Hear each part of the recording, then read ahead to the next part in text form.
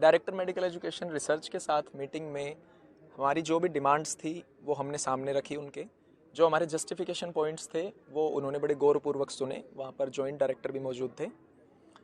Director medical education research के साथ meeting से में ये बात स्पष्ट हो गई कि इस बॉन्ड पॉलिसी के मुद्दे पर जो विद्यार्थियों की मांगें हैं वो चीफ मिनिस्टर ने एड्रेस करनी है। इसलिए हमने डायरेक्टर मेडिकल एजुकेशन रिसर्च से भी बड़े स्ट्रोंगली ये इंसिस्ट किया कि जल्द से जल्द विद्यार्थियों की अप्रोप्रिएट लेवल पे मीटिंग करवाई जाए ताकि ये मामला अननेसेसरीली ना खींचे, क्योंकि ऑलरेडी स्टूडेंट्स 22-23 दिन से अपना एकेडमिक लॉस फेस कर रहे हैं और आगे चल के ये उनके लिए मेजर प्रॉब्लम बन सकती है। कि लगभग हम additional chief secretary medical education and research के कार्यालय में मिनी से हमें पता लगा कि वो लोग नहीं मिलना चाहते। उन्होंने अपॉइंटमेंट ना होने का बहाना देकर मना कर दिया।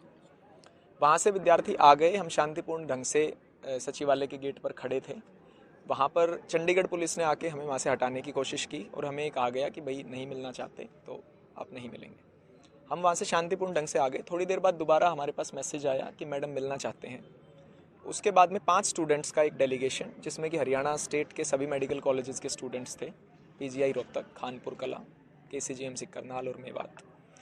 हमारी लगभग 5:30 बजे additional chief secretary medical education and research doctor G Anupama के साथ मिनी सेक्रेटेरिएट में मीटिंग हुई।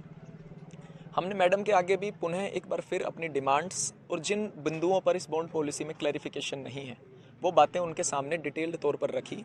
स्टूडेंट्स के जो भी इश्यूज़ हैं, सेंटिमेंट्स हैं, क्यों हम इस पॉलिसी के अगेंस्ट हैं और क्यों हम ये चाहते हैं कि इस पॉलिसी के जो बिंदु हैं उनको एक बार रिविज़िट किया जाए। हम लोगों ने सबसे पहले मैडम के सामने जो कंसर्न रखा वो ये था कि जब विद्यार्थी काम करने के लिए तैयार हैं तो आप एक सर्विस बॉन्ड क्यों नहीं लगा देते। इस पर जो उनका रिप्लाई था वो ये था कि this policy is not a service bond, this is basically to recover the cost of your education. ये काफ़ी ज़्यादा एक दुर्भाग्यपूर्ण बात है कि सरकार इस पॉलिसी को नाम तो दे रही है बॉन्ड पॉलिसी, लेकिन कल खुद जो एडमिनिस्ट्रेटिव हेड हैं डिपार्टमेंट की वो खुद ये बात कह रही हैं कि this policy is not for service, ये कॉस्ट ऑफ एजुकेशन हम रिकवर कर रहे हैं।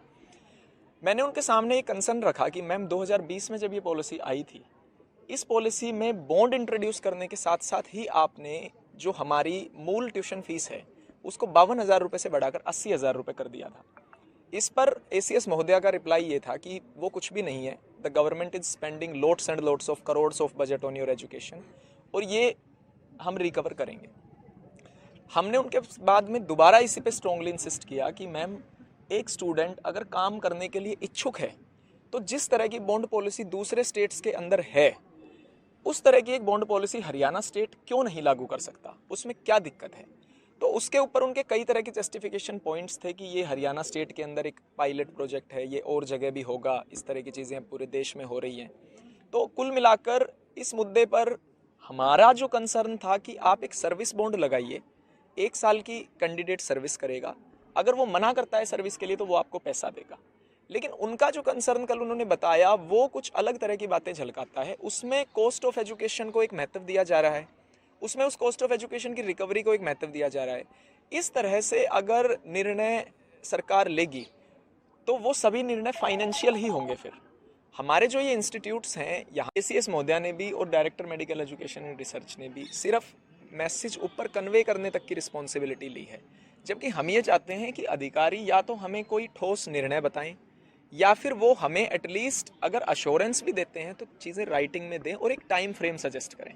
यहाँ पे ऑलरेडी 23 दिन हो चुके हैं। आपको पता है रेजिडेंट डॉक्टर्स एसोसिएशन ने भी कल से इंडेफिनिट स्ट्राइक डिक्लेयर कर दी है। तो इस चीज़ से आगे चल के मरीजों के स्वास्थ्य पे भी असर पड़ेगा, प्रदेश की जनता को भी सफ़र करना पड़ेगा।